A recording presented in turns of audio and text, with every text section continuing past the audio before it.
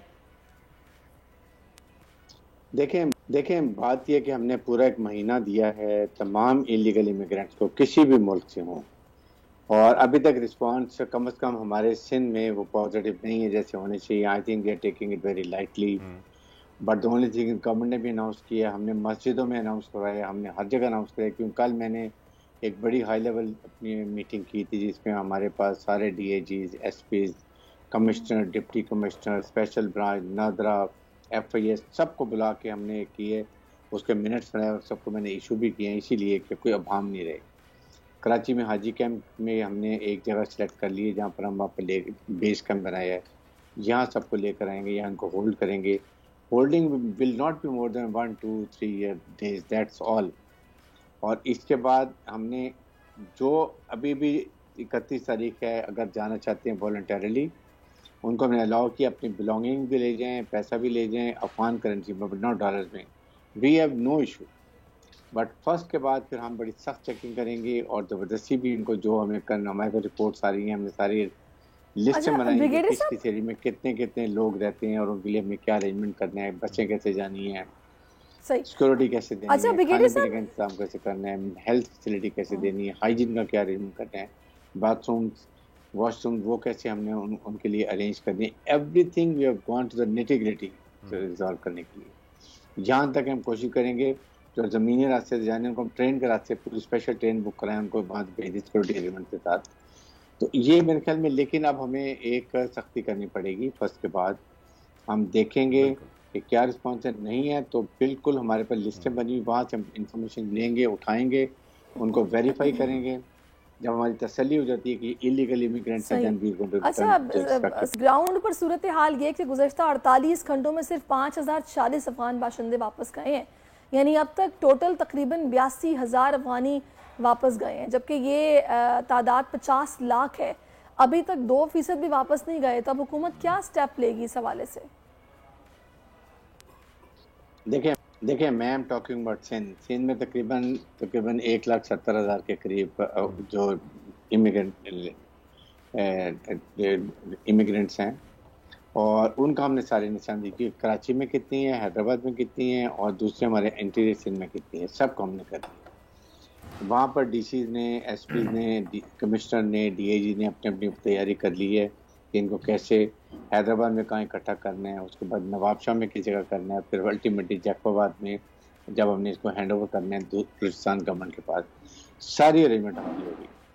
हमने जगह भी एरमा कर ली, हमारी स्पेशल ब्रांच ने सब गूगल लोकेशन ले ली हुई है। We will go there, we will be most respectful to every illegal immigrant. हम चाहते हैं कि उनको इज्जत एहतराम से अपने मुल्क को भेजा जाए, ये हमारी कोशिश है।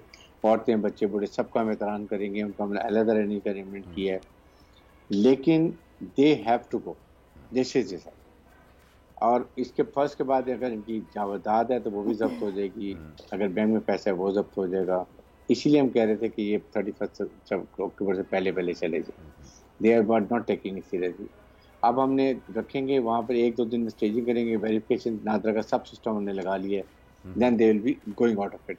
तो आई थिंक इसके ऊपर भी सर्टन हुकूमत पाकिस्तान भी सख्ती है, क्योंकि पहले प्रॉब्लम होती थी कि इनको किया जाता था वहाँ पर, अगर आपको याद हो कि पहले पकड़ते थे, FIR करती, जेल में चला के 3 दिन की बात कर लेते हैं। यहाँ 2 किस्म के गैर मुल्की हैं और गरीब मजदूर और आम मिडिल क्लास जो बस्तियों में मुकीम है, लेकिन एक तबका कराची के कारोबार में सरायत कर गया है, कपड़े से ट्रांसपोर्ट तक करोड़ों के कारोबार और प्रॉपर्टी है इनकी, इनको कैसे निकालेंगे फिर? हमने बड़ा क्लियर बताया, वो उनको चाहिए था, हमने शायद प्रॉपर्टी सेल कर देते, जो आपके पार्टनर थे उनको देते, उनसे पैसा लेते और अफगानी करेंसी आप साथ ले जाते। हमने तो नहीं रोका किसी को, हमने कहा अपनी जो सामान बिलोंगिंग ले जा सकते हैं, लेकिन इसके बाद अगर आपने नहीं किया then they will have to leave it, क्योंकि ये नहीं कर सके और अब जो है हुकूमत जब्त कर लेगी, फिर इसके बाद देखेंगे किस तरीके से क्या तरीका होता है कि इसको जो भी कार्रवाई होती है, but initially they will have to leave. हम लिस्टें बना लेंगे किसकी क्या चीज़ है, वो हुकूमत का कब्जा होगा, उसके बाद देखेंगे क्या करेंगे। इस पर कोई कॉम्प्रोमाइज़ नहीं, हमने बहुत मेहमानदारी कर ली। 1.4 मिलियन जो अफगान रिफ्यूजीज यूनाइटेड नेशन के अफगान रिफ्यूजीज के हैं वो हमारे पास मेहमान रहेंगे, या जो नादरा के रजिस्टर्ड हमारे पास लोग हैं वो भी रहेंगे। इसके अलावा जिसका वीज़ा ओवरस्टे हो गया है या उसके जाली शनाख्ती कार्ड है, जाली नादरा कार्ड है, या जाली कोई और चीज़ है, he will be the phase 1 में हम उनको निकालेंगे। फेज़ 2 में ये प्रॉपर्टी और ये लोगों इस तरह के लोगों को निकालेंगे, तो कोई ना कोई डॉक्यूमेंट था बट वो अब वेलेट नहीं, फिर हम उनको करेंगे। तो that's what we are taking step forward from first onward इंशाल्लाह। इसके लिए हमने पूरी तैयारी बहुत प्लान तरीके से मैंने खुद कॉन्फ्रेंस हेल्प की है।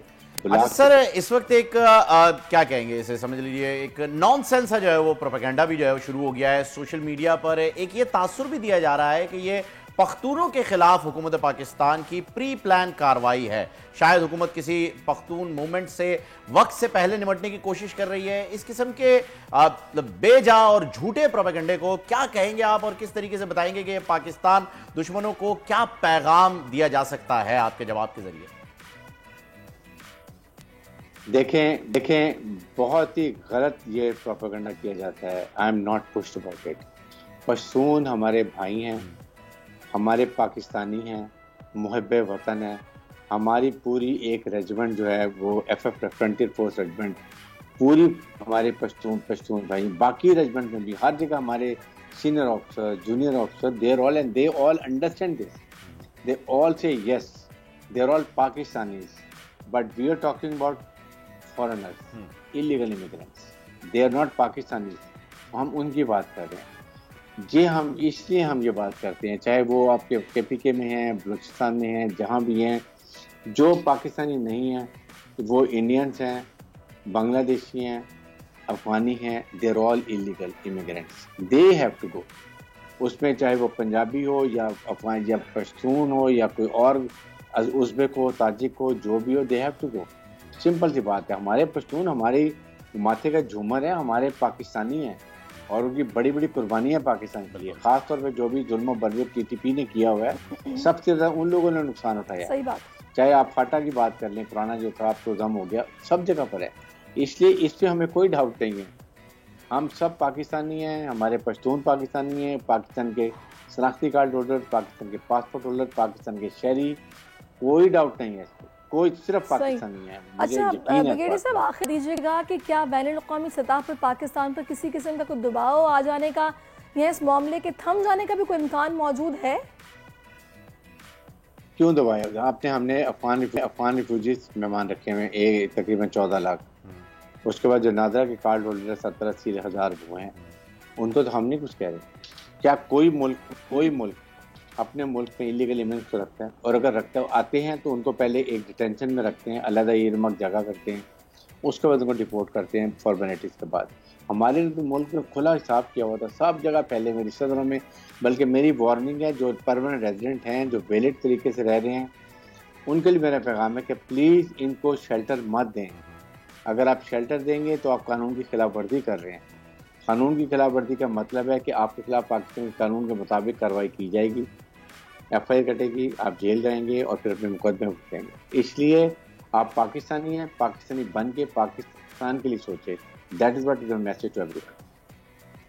बिल्कुल ऐसा ही है जी। आप इन्हें शेल्टर ना दें, बहुत ही ज़बरदस्त पैगाम जो है वो ब्रिगेडियर साहब की जानिब से आ गया है कि जो लोग यहाँ पर रह रहे हैं, जो यहाँ पर ऑफिशियली रह रहे हैं, लीगली रह रहे हैं, वो इन इलीगल इमिग्रेंट्स को, खा वो उनके दोस्त यार हैं, रिश्तेदार, उन्हें शेल्टर ना दें, वरना इसके मुहर्रिकात उन्हें भी भुगतने होंगे। फिलहाल प्रोग्राम में शामिल करेंगे एक वक्फा, क्योंकि वक्फा ज़रूरी है। मिलते हैं एक छोटे से ब्रेक के बाद। दुनिया बोल है में आपका इंतजार रहेगा। आजकल जिंदगी ही सुबह आउट ऑफ कंट्रोल है, दुनिया बोल है, दुनिया बोल है। जनाब फहीम, मौसम बदल रहा है भाई, सर्दी आ रही है। कराची में भी अब रात में हल्की हल्की खुनकी महसूस होना शुरू हो गई है। तो क्या ख्याल है आपका, कुछ घरेलू टोटकों की तरफ चले? बहुत जरूरी है जी, बहुत बच्चे जरूरी क्योंकि है, आपके भी हैं, बच्चों के लिए बहुत जरूरी है। अब वो उसके लिए माजरत कुछ खवातीन को अगर आप नहीं बताना चाहते कि आप शादीशुदा और आपके बच्चे? नहीं, सबको पता है जी, मैं मतलब ऑफिशियली आई एम मैरिड और 10 साल हो गए, 12 साल हो गए। चले जी, जबरदस्त। लेकिन ये बात भी मैं बता दूं कि 14 साल के बाद ऐसा मत समझिएगा कि सजा खत्म हो जाती है। एनी हाँ भाई, आजकल क्योंकि मौसम चेंज हो रहा है, सभी के घरों में जो छोटे बच्चे हैं वो जल्दी पहले बीमार होना शुरू हो जाते हैं, क्योंकि नज़ला जुकाम खांसी क्योंकि रुकते तो वो है नहीं, परहेज बड़ों की तरह उन्होंने करना नहीं होता। तो इसी पर बात करने के लिए इस वक्त हकीम शाह नज़ीर साहब, जो कि किसी तारुफ के मोहताज नहीं है, हमें स्टूडियोज में ज्वाइन भी कर चुके हैं। Welcome to our show, thank you so much हकीम साहब आपके वक्त के लिए। अरे बहुत शुक्रिया आपका।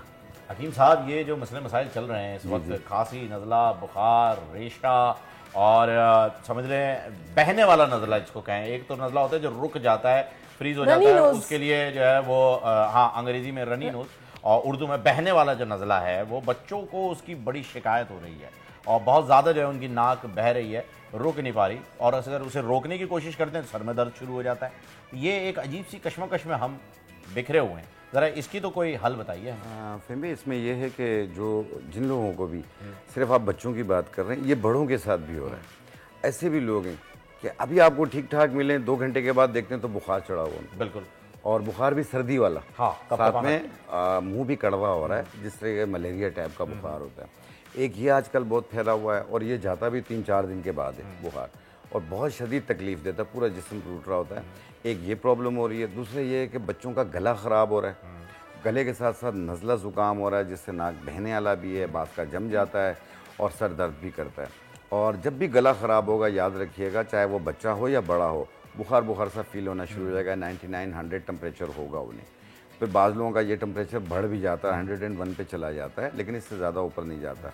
लेकिन जिन लोगों को ये मुंह कड़वा और ये बुखार वाला, ये 103, 102, 103 का बुखार होता है, तो इसका एहतियात कीजिए। आप फुल स्लीप पहने आप, क्योंकि मच्छर से भी अपने आप को बचाइए, ताकि आपको मलेरिया और साथ में टाइफाइड और ये डेंगू, इससे महफूज रखा जा सके।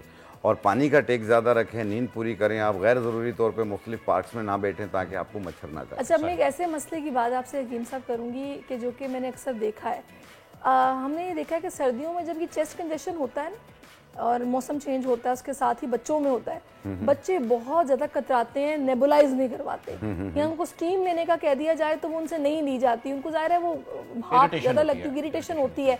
कोई हल है इसका? और देखिए, इसका हल एक और है, आपको एक जोशांदा बना के मैं दिखाता हूँ, आप इससे पिएं और इंशाल्लाह आपका ये जो बहने वाला नज़ला और बलगम रेशा, सीना कंजेशन हो रहा है, खांसते हैं तो सीने में दर्द सा फील होता है और बहुत बुरी खांसी होती है, और रेशा भी कभी वाइट आ रहा होता है, कभी येलो, कभी ग्रीन माइल आ रहा होता है, तो ये उसको भी ठीक करेगी। और इसमें टोटली 2 चीज़ें हैं। एक आपने लेनी है ये तुख्म खुब्बाजी, ओके, ये 1 चाय वाली चम्मच, और ये है बरगे गाउज़बान, अच्छा गाउज़बान का ये 1 चाय वाली चम्मच, ऐसे 1.25 कप पानी में डालें और इसे उबाल लें। कहवा बन गया। बच्चों को जैसे 7 साल से लेके 12 साल तक के बच्चे हैं, 2-2 चम्मच दिन में 3 बार दें इसका। और 12 साल से ज़्यादा उम्र है, यानी 13-14 साल का बच्चा है, तो इसके 2 घूंट सुबह, 2 घूंट शाम को दें। 16 साल से ज़्यादा है तो आधा कप सुबह, आधा कप शाम में।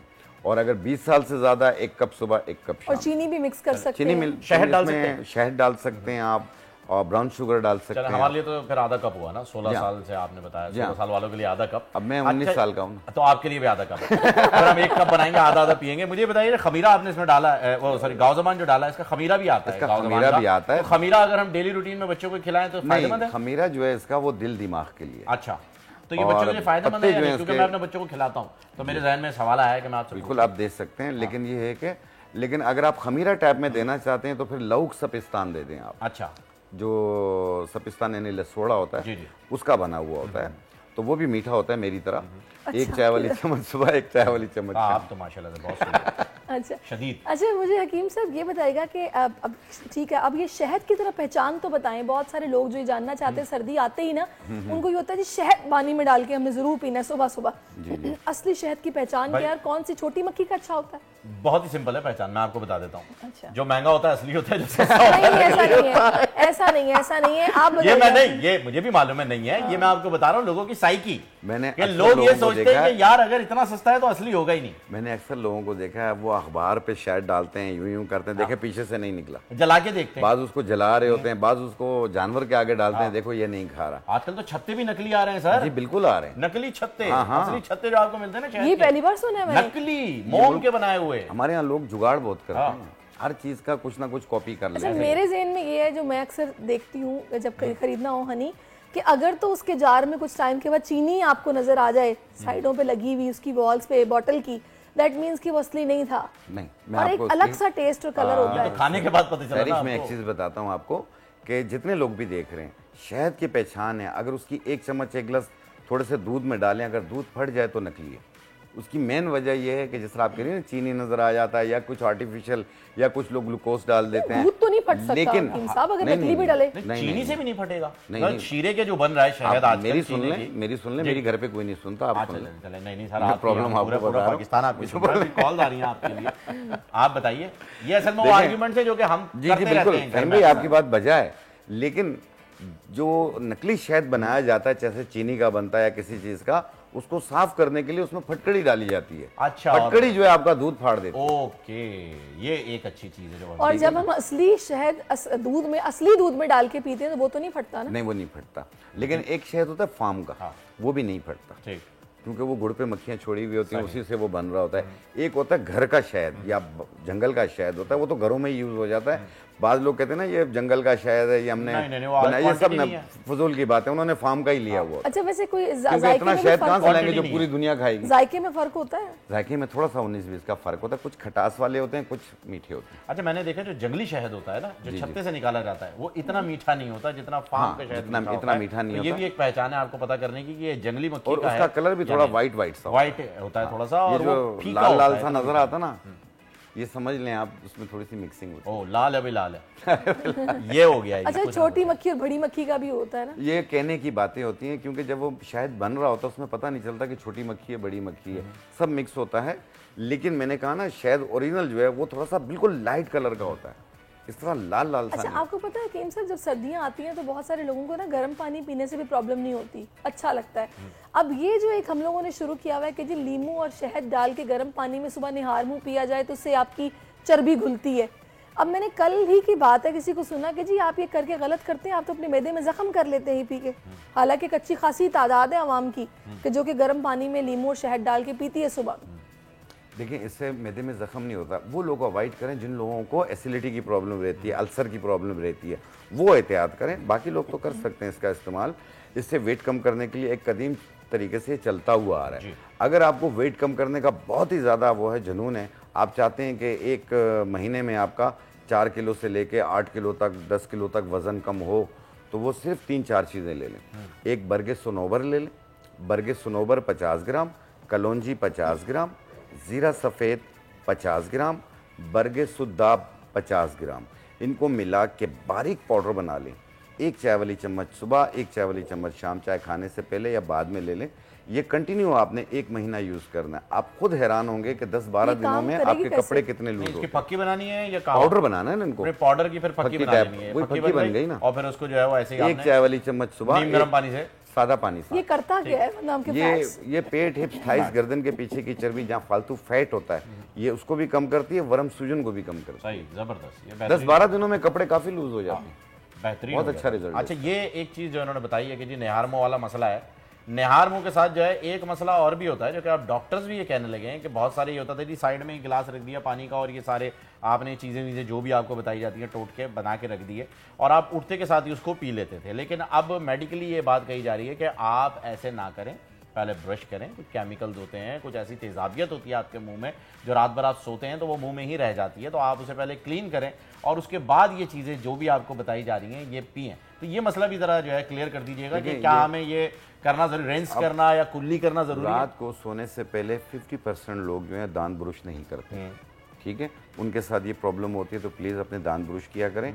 और साथ में ये है कि सुबह उठ के आप पहले ब्रुश करें, अच्छे तरीके से मुंह को खंगालें, फिर उसके बाद आपने थोड़ा सा पानी पीना है, पानी पी लें, नाश्ता कर लें। नाश्ता करने के 1 घंटे बाद मैदा फिर खाली हो जाता है।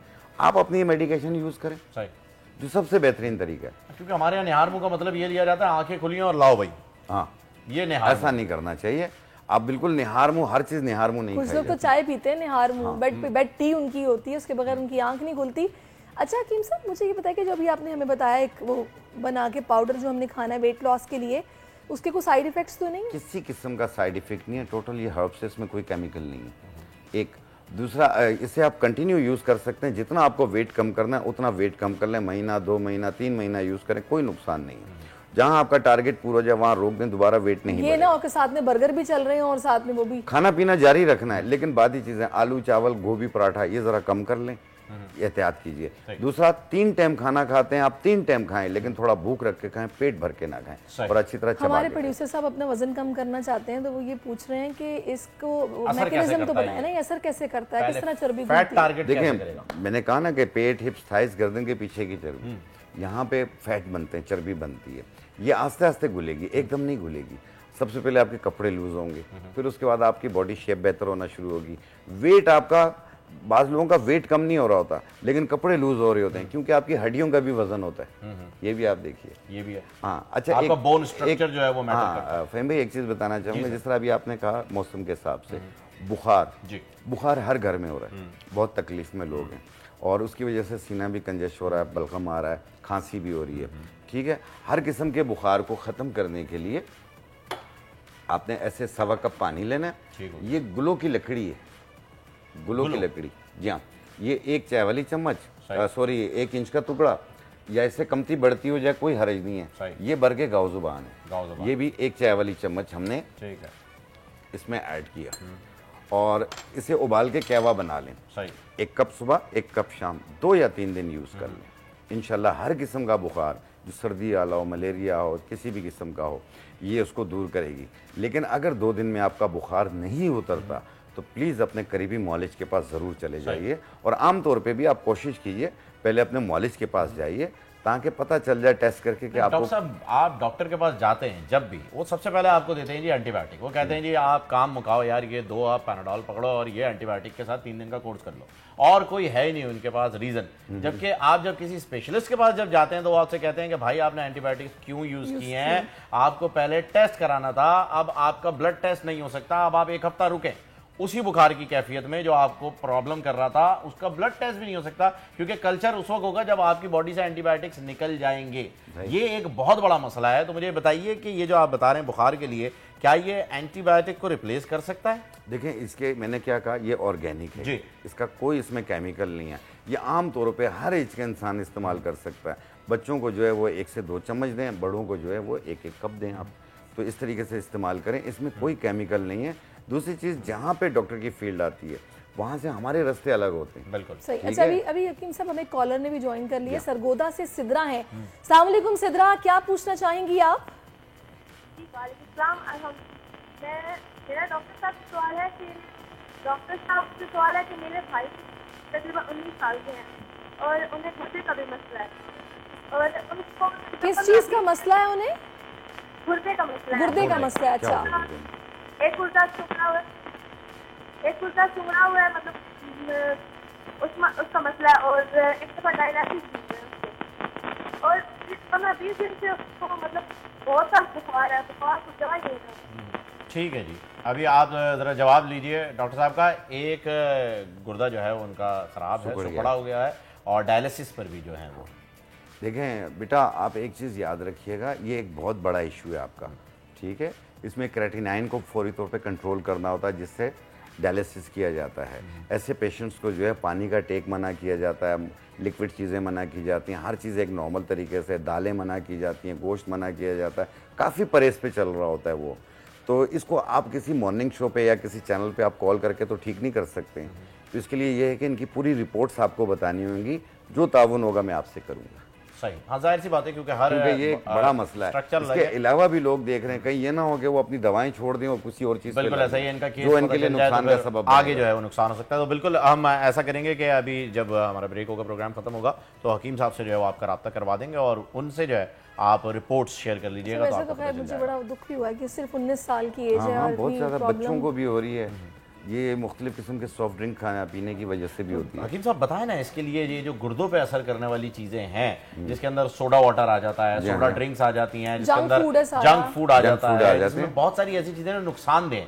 अगर हम नहीं रोक पा रहे, ठीक है ना, हमारी कोताही है बतौर पेरेंट या भाई या जो भी है घर के कफील के तौर पे हम नहीं रोक पा रहे हैं, अगर वो ये इंटेक ले लेते हैं, ऐसी क्या ड्रिंक है, ऐसे क्या रोज की नौयत पे वो पिए जिसके जरिए डिटॉक्स हो जाए? नहीं, एक बात याद रखिए, तकलीफ जब आ रही होगी ना तो बता के नहीं आएगी। दूसरा ये है कि आप एक तरफ से गलत चीज़ इस्तेमाल कर रहे हैं, फिर आप उसको डिटॉक्स कर रहे पड़े, ये भी गलत तरीकाकार है। आपने सिर्फ सॉफ्ट ड्रिंक के नुकसानात देखें, आजकल तो एनर्जी ड्रिंक्स जो चल रहे पड़े उनके भी साइड इफेक्ट, वो तो डायरेक्ट आपकी किडनी पे असर करता है।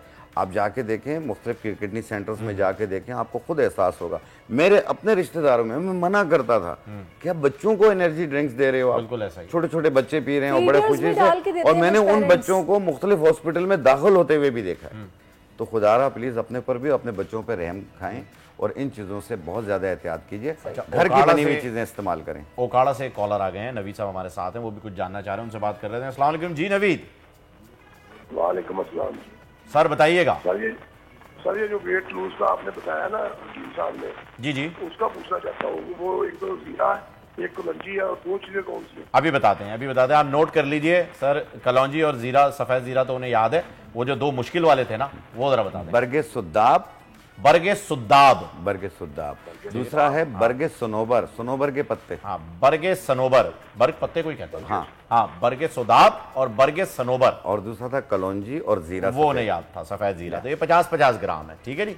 चलें, ये आसान हो गया। चलिए देखिए, वैसे हमारी जो ज्यादातर जो कॉलर्स हैं ना, मैंने अक्सर नोटिस किया कि वेट लॉस का उनको ज्यादा क्रेज रहता है। हाँ, नहीं मतलब जाहिर है कुछ तो परेशान भी है ना, क्योंकि 100 बीमारियों की जड़ है वजन आपका, जो कि इतना बड़े। अच्छा, एक चीज और, आप सवाल पूछ लीजिए। एक और मसला जो कि अक्सर हम लोग इसमें खैर कभी कभी तो हंसी भी आ जाती है, अभी हमारे यहाँ कोई ब्रिज बनता नहीं है, उसके नीचे पहले लिखा हुआ नजर आता है बवासीर का इलाज। अब ये सर्दियां आ रही हैं और लोगों ने मंड के खाना है, मसाला भी और तली हुई चीजें भी, क्योंकि जाहिर है वो एंजॉय करते हैं, ड्राई फ्रूट्स भी। अब जिनको ये प्रॉब्लम है उनके लिए आप क्या बताएंगे? देखिए, जिन लोगों को पाइल्स की प्रॉब्लम रहती है, बवासीर की रहती है, चाहे वो खूनी हो या बादी हो, मस्सेआली हो और फिशर हो, इस टाइप की जितनी भी प्रॉब्लम्स हैं, इसमें जलन, दर्द, सब चीज़ होती है। बाज़ लोगों को बिल्कुल हीमोराइड ग्रेड 1 होता है। जो ग्रेड 1 होता है वो स्टार्टिंग होती है, उसमें कोई मस्सा नहीं होता, कुछ नहीं होता, लेकिन फ्रेश ब्लड आ रहा होता है। तो एक बात याद रखिए कि इसमें फाइबर का इस्तेमाल किया जाता है। फाइबर होता है स्पोल छिलका में। एक बड़ा चम्मच भर के 1 गिलास पानी में मिला के रोज़ाना पिएं, 1 टाइम रोज़ाना। दूसरी चीज़, नीम के बीज, तुख्मे बकाइन और मुसब्बर, ये 3 चीज़ें आप 50-50 ग्राम ले लें और इनको मिला के बारीक पाउडर बना लें। आधी चाय वाली चम्मच सुबह, आधी चाय वाली चम्मच शाम पानी के साथ इस्तेमाल करें। आप इसका रिजल्ट देखिएगा, ये मस्सों को भी ख़त्म करती है और पाइल्स के असरात को भी ख़त्म करती है। स्पोगोल फाइबर होता है जो कॉन्स्टिपेशन होने नहीं देता। इंशाल्लाह बिल्कुल ठीक है। आपने स्पोगोल और कॉन्स्टिपेशन की बात की है, इसमें भी कुछ लोगों की ना 2 तरह की राय है। कुछ कहते हैं जी नॉर्मल पानी के साथ स्पोगोल लेना चाहिए वरना हमें वो कब्ज हो जाता है। नॉर्मल पानी के साथ लो तो कब्ज हो जाता है, गर्म के साथ लो, दूध या पानी के साथ तो जनाब हमें लूज मोशन होने लगते हैं। सादा पानी के साथ लें आप, ठंडे पानी में ना मिलाएं। ठंडे पानी में मिलाएंगे तो आपको कॉन्स्टिपेशन करने के चांसेस होते हैं, लेकिन उतना फायदा नहीं करती है। दूध बादी होता है, रेशा पैदा करता है, और ये भी थोड़ा सा रेशा टाइप का होता है। आप दूध के साथ ले सकते हैं, दूध के साथ भी ले सकते हैं, नहीं ले सकते। नहीं, दूध के साथ भी ले सकते हैं, सादा पानी के साथ लेंगे ज्यादा फायदा करेगी।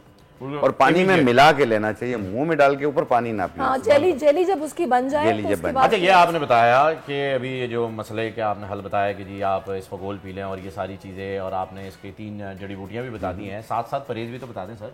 देखिए, डबल मगज वाली फ्राई करवा के मक्खन के साथ खा रहे हैं। बहुत ज्यादा तेज मिर्ची का इस्तेमाल ना करें, बड़ा गोश्त का इस्तेमाल ना करें, ये न्यारी म्यारी ना खाएं।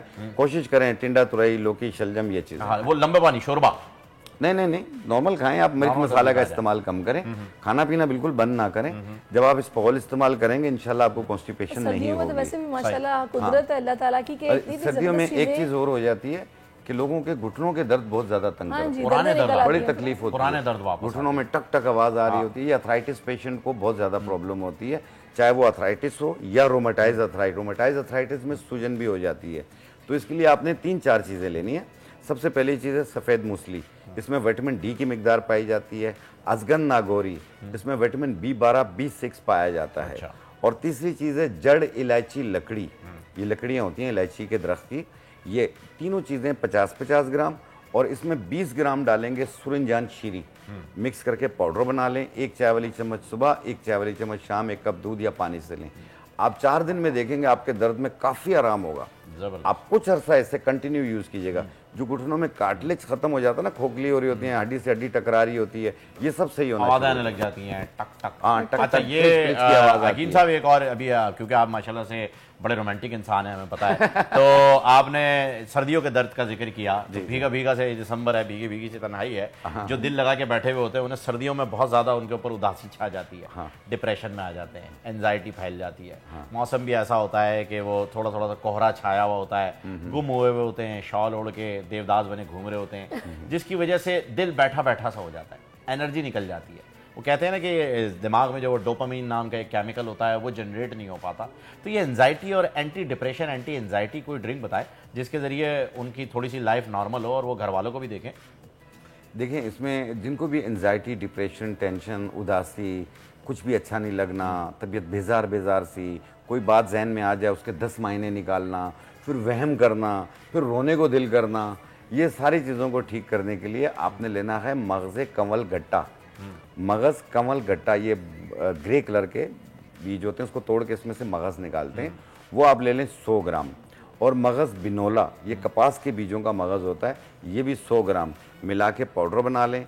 1 चाय वाली चम्मच 1 टाइम रोज़ाना आप पानी के साथ इस्तेमाल करें। इंशाल्लाह ताला आपके सीने पे जो बोझ महसूस होता है, दिमाग पे बोझ होता है, घबराहट, बेचैनी रहती है, बातें सोचना, डर खौफ महसूस होना, रोने को दिल करना, अच्छा, सर्दियों में सब दूर हो जाएगी। अच्छा, अभी पेशावर से भी हकीम साहब कॉलर ने ज्वाइन किया, तसव्वुर इकबाल साहब हैं। अस्सलाम वालेकुम तसव्वुर साहब। वालेकुम सलाम व रहमतुल्लाहि व बरकातहू। हकीम साहब से बात हो सकती है? जी पूछिए। जी अस्सलाम वालेकुम। वालेकुम सलाम व रहमतुल्लाहि व बरकातहू। कैसे हैं सर आप? ठीक अल्लाह करम, शुक्र अल्लाह का। अच्छा सर, आपने बताया डाइटिंग के लिए, मतलब है ये जो बताई हैं आपने 2-3 चीजें, काइंडली एक बार रिपीट भी कर दें। और दूसरा, अगर फॉर एग्जांपल मतलब है जो माएँ मतलब है ये डाइट प्लान करना चाहती हैं, अगर उनके छोटे बच्चे हैं, 4 माह का बच्चा है, तो क्या उसमें ये डाइट प्लान कर सकती हैं या नहीं? और दूसरी बात ये है कि इसकी कोई साइड इफेक्ट तो नहीं है? ठीक हो गया जी। अब आप जवाब जो है वो आप टेलीविजन पे सुने सर, वो जवाब दे रहे हैं हकीम साहब। बस मसला ये पेशावर से कॉल थी, आपके लिए थी वो। मेरा ससुराल भी पेशावर में ही है, बस तो बस खपकेगा माँ, मैं भी बता क्या बात है, बेहतरीन। अपने ससुरालियों को जवाब तो पहले देंगे आप। हाँ, पहले मैं दूंगा इनको। हाँ, तो फिर इस हिसाब से तो आप देखें बेटा, इसमें कोई साइड इफेक्ट नहीं है, सब इस्तेमाल कर सकते हैं इसका।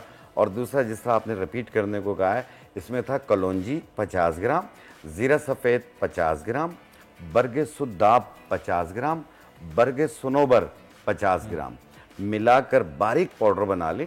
1 चाय वाली चम्मच सुबह, 1 चाय वाली चम्मच शाम पानी के साथ, नाश्ते के आधे घंटे बाद, रात खाने के आधे घंटे बाद। सही। अच्छा, उन्होंने बताया कि उनका बच्चा जो है वो छोटा है। हाँ, जो मदर फीड वाली खवातीन है, देखा बच्चा छोटा है, ठीक है, फिलहाल इस्तेमाल ना करें। वो सिर्फ अर्के मको पिए, 1 कप सुबह नाश्ते से पहले, 1 कप रात खाने से पहले, खाने से पहले पीना। हाँ, अर्के मको, ये नुकसान भी नहीं है, ये इनकी पूरी बॉडी का वरम उतारेगी, फैटी लिवर को भी दूर करेगी और वेट को भी कम करेगी, लेकिन स्लो करेगी। इसका बच्चे से कोई ताल्लुक नहीं है। हाँ, बच्चा अगर 1 साल का हो गया उसके बाद आप इस्तेमाल करें, कोई मसला नहीं। आई थिंक ये बेबी फैट की वजह से जो है वो उन्होंने पूछा है, लेकिन मैं इनको क्लियर कर दूं क्योंकि 2 कॉल्स इसी सिलसिले में आ गई हैं।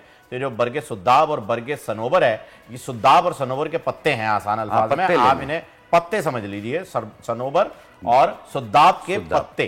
तो ये जरा इजी अल्फाज में आपकी समझ। अच्छा, और पता है कि अब ये बड़ी अच्छी चीज़ है, बजाय इसके कि आप वो उल्टी सीधी टैबलेट्स खरीदें जो कि जनाब किसी भी ब्रांड की होंगी और लिखा होगा आपकी बॉडी से सारा ऑयल निकाल देंगी, फैट्स निकाल देंगी, खाना खाते ही आपने जनाब एक कैप्सूल खा लेना है, उनको अवॉइड करें। जो कि देसी जड़ी बूटियां, यही ज़्यादा बेहतर होती हैं, ज़्यादा बेहतर है। दूसरा ये है कि अपनी ज़िंदगी में वॉक को हिस्सा बना लें, आप आधा घंटा वॉक किया करें और अपने आप को खुश रखें, जिसका मैं अक्सर कहता हूँ, जितना खुश रहोगे दवाइयों से दूर रहोगे। सर, ये डॉक्टर हकीम साहब यही चीज़ हम आपसे सीखना चाह रहे हैं कि कैसे खुश रहा जा सकता है। आप माशाल्लाह जब भी मिलते हैं खुश रहते हैं और हमें भी खुश कर देते हैं। बहुत बहुत शुक्रिया हकीम साहब, आप अपने कीमती वक्त में से हमारे लिए हमेशा की तरह वक्त निकाल के आए। आपका बहुत शुक्रिया, सैरिश आपका बहुत शुक्रिया। यहाँ जब भी मैं आता हूँ आप लोगों से मैं कुछ सीख के जाता हूँ, बात करना सीख के जाता हूँ। क्या बात है, आपकी मोहब्बत है हकीम साहब, थैंक यू सो मच। नाजरीन, आपसे इजाज़त का वक्त आ गया, इंशाल्लाह कल आपसे मुलाकात होगी। मुझे और सैरिश को दीजिए इजाज़त। अल्लाह हाफ़िज़। आजकल जिंदगी ही सुबह आउट ऑफ कंट्रोल है, दुनिया बोल है, मेरी दुनिया बोल है। सब्सक्राइब करें और बेल दबाएं ताकि कोई खबर रह न जाए।